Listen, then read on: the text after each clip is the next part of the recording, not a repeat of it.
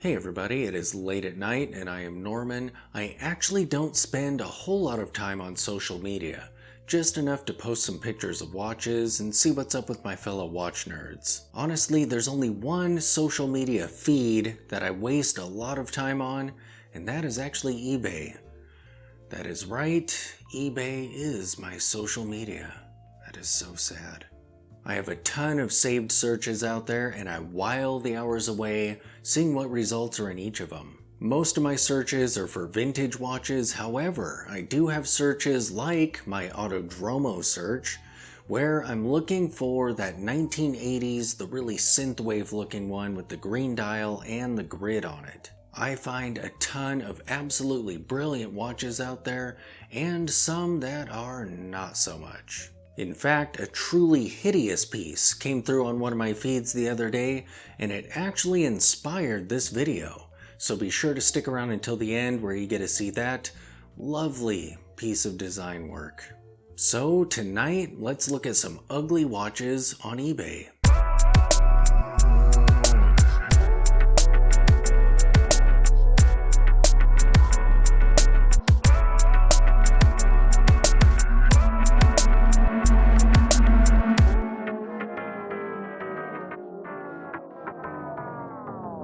The first watch on my list is an entry from Fossil.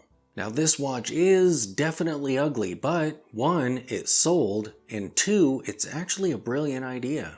Riddle me this. This watch never needs a battery, a wind, or moving around, yet it needs the sun to be shining down. What is it? Why, it's a Sundial watch, of course. This piece is a bronze patinaed watch with raised compass hours on the dial at the 12 o'clock, the north, the 3 o'clock, east, 6 o'clock, south, and 9 o'clock, west. Directions like northeast, southwest, and the others are also called out, etched in small letters between their respective hour markers. Between the compass directions are Roman numerals etched into the dial. Inside of these indices are the hours called out in Arabic numerals. In the center, of course, is the vertical sundial itself. The brand name is raised, curving along the inner edge of the indices just below the center of the dial. The cool thing is if the sun is out and you're facing the right direction and your wrist is nice and horizontal, you could probably actually tell time on this thing. It was listed at $38, but it ended up being sold for whatever the best offer was. And while it's a great concept, it sure is ugly. But it would be perfect for dressing up like Fred Flintstone on Halloween. Next up we have some gold skeletonized action. Wait, did I accidentally navigate to Wish? I love it when watch listing pictures look like they're just renderings of the watch. That's how you instill in your customers a sense of confidence. At least with this listing, there is a video clip so you can see that yes, this watch actually does exist.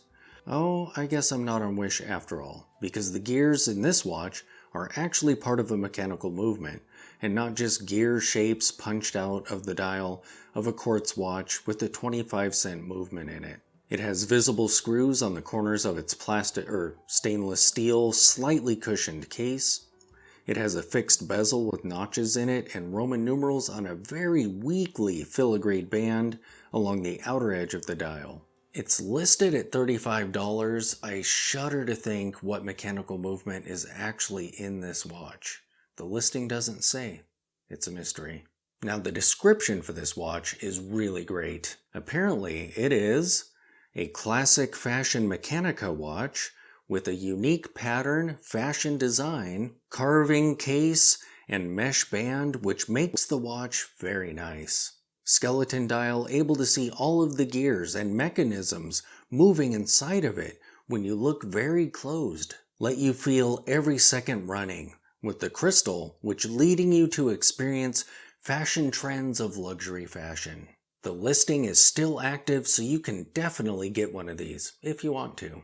I better be sure to put the link in the description below. Next up is a Shannons women's dress watch. This is a quartz ladies watch with gold tone, although it appears that some of the gold tone is wearing off. The case design on this watch isn't too bad. The reason it's on this list is due to that dial. It has a radial embossed gold circle in the center of the dial, surrounded by a plain white surface that fills up the rest of the space.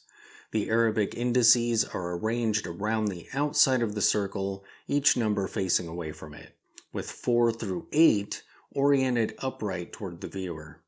I personally find it odd looking. If the white was a cream color and the markers applied, maybe in gold, I think it would actually look like a pretty decent watch.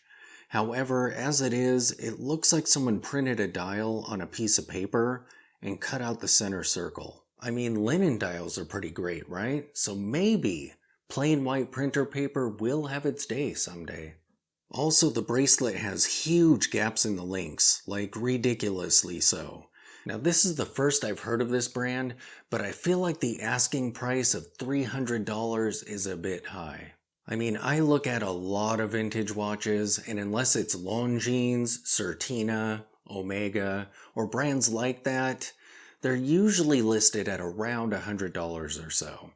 I've even seen Universal Genève pieces go for $100 to $200. $300? That seems a bit steep. Alright, this next piece is probably going to get me in trouble. I'm pretty sure this is a controversial opinion. So what is the next one? The Lord Elgin Chevron Elvis watch. This particular listing was an auction that won with a bid of nearly $200. From what I can tell, Elvis wore a tank-shaped variant of this watch, which actually looks much better. This particular piece almost looks like a caseback, with a sort of open heart complication cut out of it. Lose-lose. Lord Elgin is etched into the top portion of the all-metal, quote, dial, in a font that makes it look like it's actually a serial number, as etched in a caseback. I actually like the chevron that rises out of the dial, and I like the concept. However, this looks like a concept, before it has been refined and made to actually look cool. It appears to be made of a brass-looking metal, which really doesn't help its cause. Now, it says it's gold-filled on the listing, but it sure looks like brass. You've gotta love it when eBay listings have a whole bunch of pictures that all are pretty much identical. But this watch was well worn, and it's missing some of its numbers, and it doesn't work.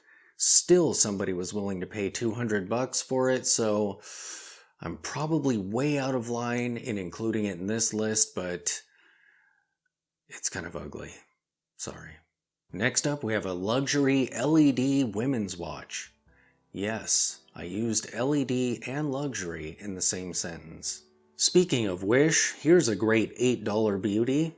It looks like rose gold in tone, which alone is enough to make it on this list. This watch has elegant looking lugs and a crystal that has edges cut like a gemstone. It has a Milanese bracelet and the display is a big, huge LED. So apparently in the boardroom they were like, we're gonna make an elegant women's watch. No wait, we're gonna make an F91W for the sight impaired. Or wait, why don't we make both? One thing that is interesting about this watch is it apparently has no buttons. The screen is a touch screen. Okay. It seems these are available in any number of case colors. Rose gold, black, red, blue. I feel that the black case one is the least offensive of them all, but that is not saying much. If these watches were on YouTube, they would be demonetized. Oh, wait. Hold on. Never mind. But hey, you could buy a Starbucks coffee or an offensive ladies luxury LED watch.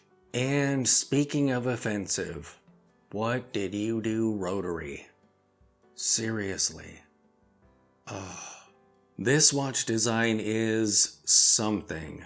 I mean, the 1970s did give us bell bottoms, so I guess this watch shouldn't be so shocking, but I'm shocked. Man, is that ugly. I feel like the design department was conducting an experiment to see if they could physically make people's eyes bleed just by looking at their work. Any possible wrong design choice they could have made, they did. From that super puny looking display that makes the whole watch look like an ugly blob of gold-toned slime, to the popcorn ceiling quality texture that is everywhere on the watch, to the brick-style bracelet that further enhances its Nickelodeon slime aesthetic. It has a 27mm bracelet. It is described as being a tonneau shape. Shame on you, Rotary, for single-handedly ruining a great watch shape. But it is a Rotary, so the $550 starting bid is totally reasonable, right? Perfectly reasonable. And at last, the watch that inspired this entire video, a DKNY women's watch. Hands down, the winner of this race to the bottom is definitely this gem, the DKNY D watch. The case is shaped like a big blobby letter D, because branding. I'm sorry, but that case shape looks terrible. The dial features elegant Arabic numerals at the 12 o'clock and 6 o'clock positions, but they are so large they go off the dial. And not in an artsy way, more like an oh crap we screwed up, go with it anyway kind of way. There's a marker at the 9 o'clock position that looks like the watchmaker dropped something on the dial and just kind of left it there. Just in case the D-shaped case wasn't enough of a clue, DKNY is also printed at the 3 o'clock position, with another marker there to the right of the brand name. I feel like the hands are the only good-looking part of this watch. Then there's the strap it ships on. It looks like human skin. But don't worry, the custom lugs ensure that you will never swap out your human skin watch strap for anything else. Not even the dial texture can lend this watch any semblance of decency. In fact, it almost makes it worse.